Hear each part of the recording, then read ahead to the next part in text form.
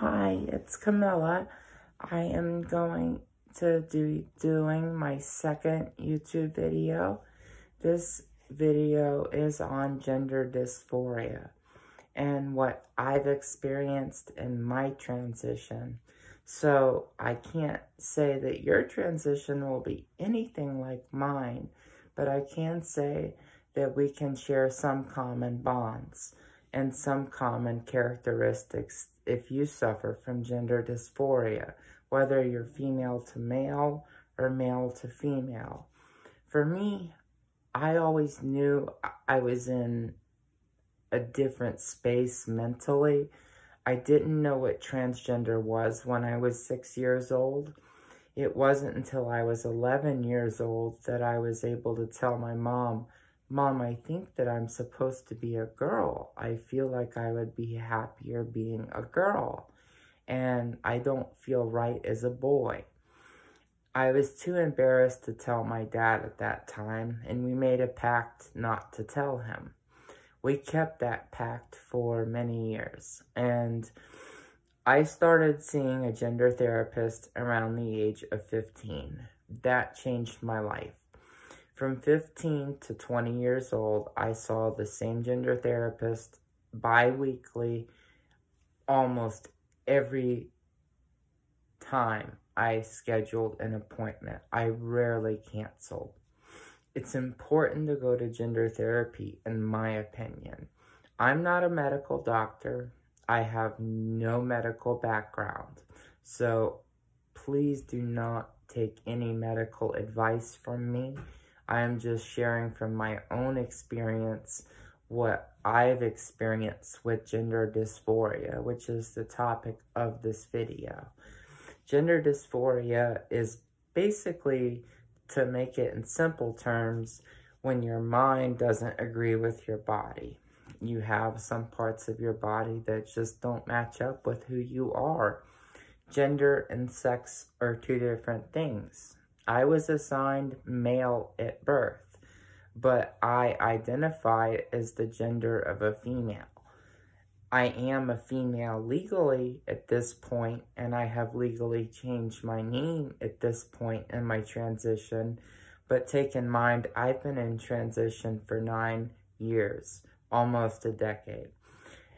I'm going to start off by saying that when I was 15 years old and first went to a gender therapist, I was very honest with him from the very beginning. I was uncomfortable in my body. I wish I had breasts. I was envious that all of my girlfriends, that were my friends, I didn't date women. I always hung out with girls. They got their period. I never got that period, that rite of passage. I never got breast. I never had that rite of passage as a teenager. And I felt like I missed out on things because of that. Later on in life, I was able to experience certain rites of passages that I didn't get to experience in my teenage years. So I will elaborate upon that later in this video. Right now, I'd like to talk about gender dysphoria. Gender dysphoria, like I said, is when your mind doesn't match what your body feels. So up here, you may feel female, but downstairs, you may have a penis. And that can be very upsetting to someone with gender dysphoria. Excuse me. Nose is a little itchy. Allergies. But gender dysphoria is treatable, and I am not a medical doctor, as I said, but I suggest seeing a gender therapist. Even if it's not required, I suggest it because it can truly help you find yourself. I went to gender therapy for 5 years before I ended up taking testosterone blockers. I took spironolactone and finasteride concurrently for 2 years. Those are anti-androgens, which means they block my testicles from producing testosterone. My testosterone level was extremely high when I initially started, and over the course of those 2 years, testosterone levels diminished and decreased and decreased and decreased. 2 years into that, I added estradiol, which is a form of estrogen, E2. Estradiol allowed me to develop secondary sex characteristics that is natural to a female. I have D-cup breast. It's hard to see, but like I have no bra on right now, and I developed breasts, but that took many years on hormones. I did notice gynecomastia on the testosterone blockers, but it wasn't until the estradiol was introduced by my doctor that I started to develop breast buds. By the 12-month mark on hormones with estradiol, I started progesterone, which is another female hormone. That hormone helped, I think, develop with my breast more and help my breast enhance in size.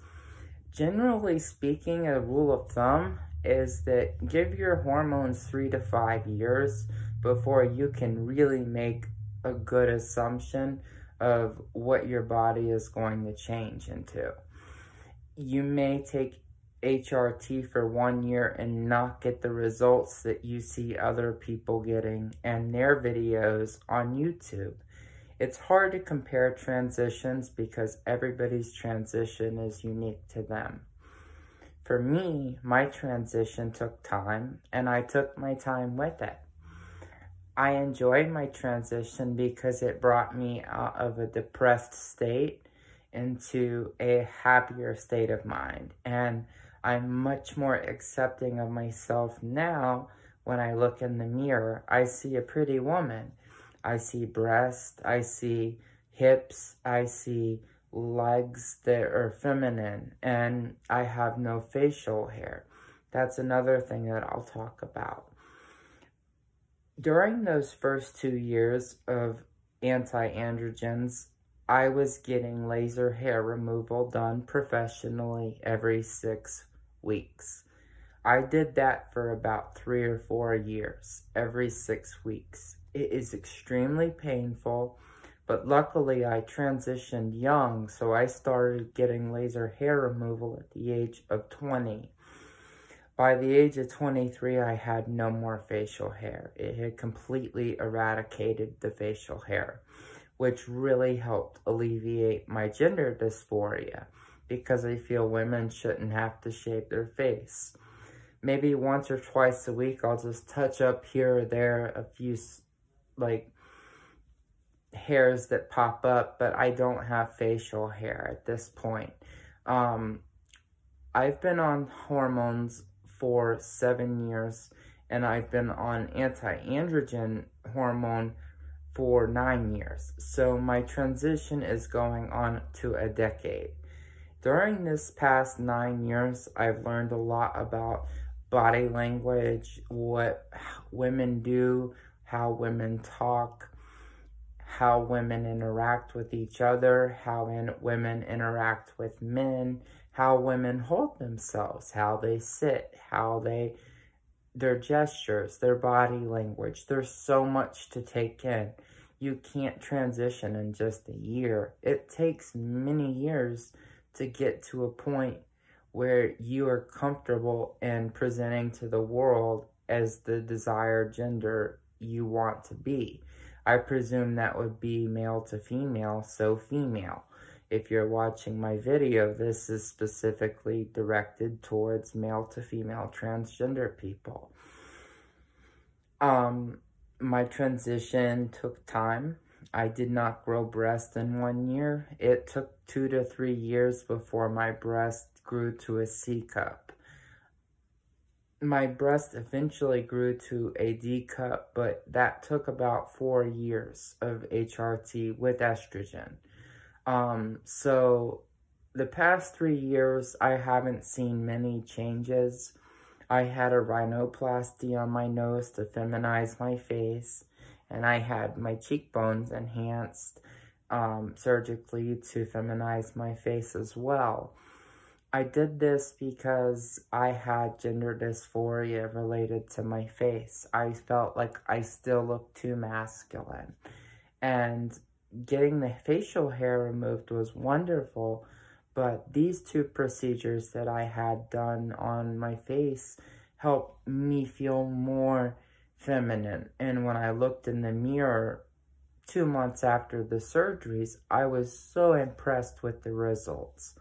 And I highly recommend doing whatever you need to do to make yourself feel comfortable, as long as you're under the care of a medical doctor. Do not get hormones online. Do not do anything like that. Herbal supplements, it can be dangerous. It's not healthy. It's important to get your lab work, blood work done regularly. It changes. I remember when I first started, I got blood work every 3 months. Now I get blood work annually. They check your thyroid and your lymphatic system. It's important to see where your body's health is at. Transitioning is not dangerous to the body if done correctly. If done by themselves through hormones online or things like that, you're not going to get the breast growth that you want or the feminization that you expect. That can only be obtained through pharmaceutical drugs that you get through a medical doctor.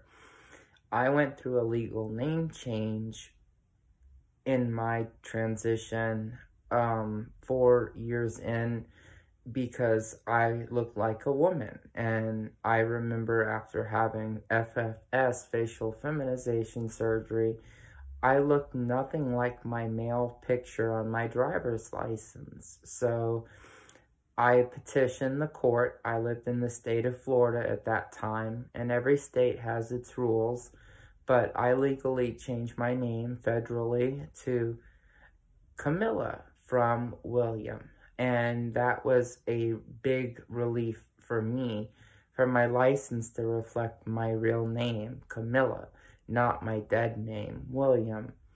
They also changed my gender marker from male to female. Now, for getting this on your license, it can vary from state to state or from country to country. For me, it just meant that I reached the level of maximum medical improvement, or MMI. And you could discuss this with your endocrinologist or your gynecologist, whoever is assisting you in your hormone therapy.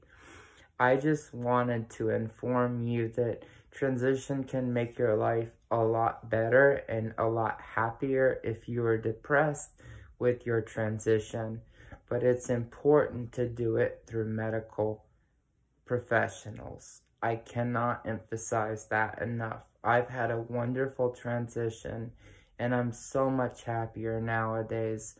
But I will say that it was a very difficult time.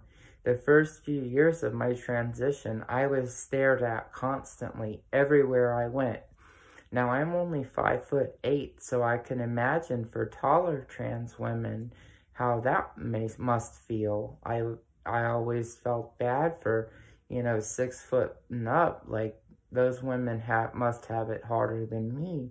And it's important not to compare your transition to someone else's transition. That's not fair to either of you. Be true to yourself and learn to accept yourself. That's why I went to gender therapy for so long. That's why I transitioned, was so I could accept myself.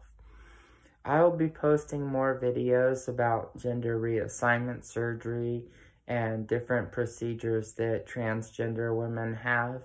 This video was mainly based on hormone treatments and what expected results can be in time frames that I've given you, which it range from 1 year to 5 year in development, and it varies from person to person, so no one person's transition is different. They're all different.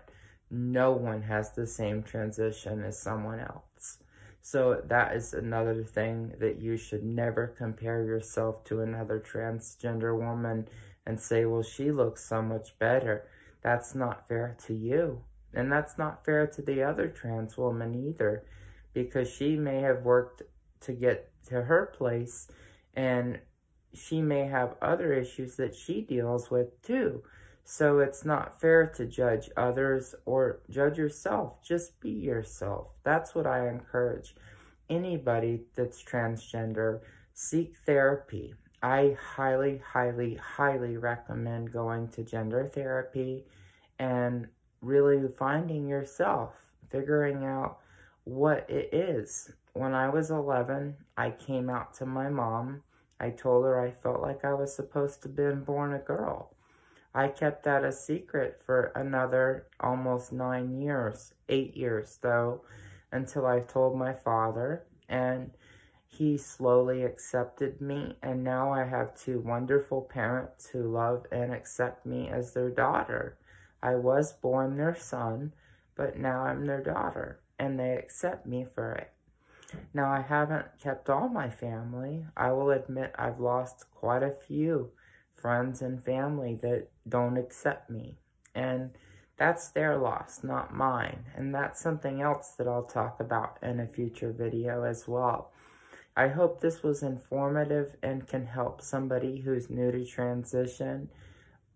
It's important to listen to other trans people, and if you're able to, I recommend going to gender support groups because you're able to network with other transsexual people. I've enjoyed this video, and I hope that you enjoyed it as well. I'm going to wrap it up. It's almost 17 minutes long.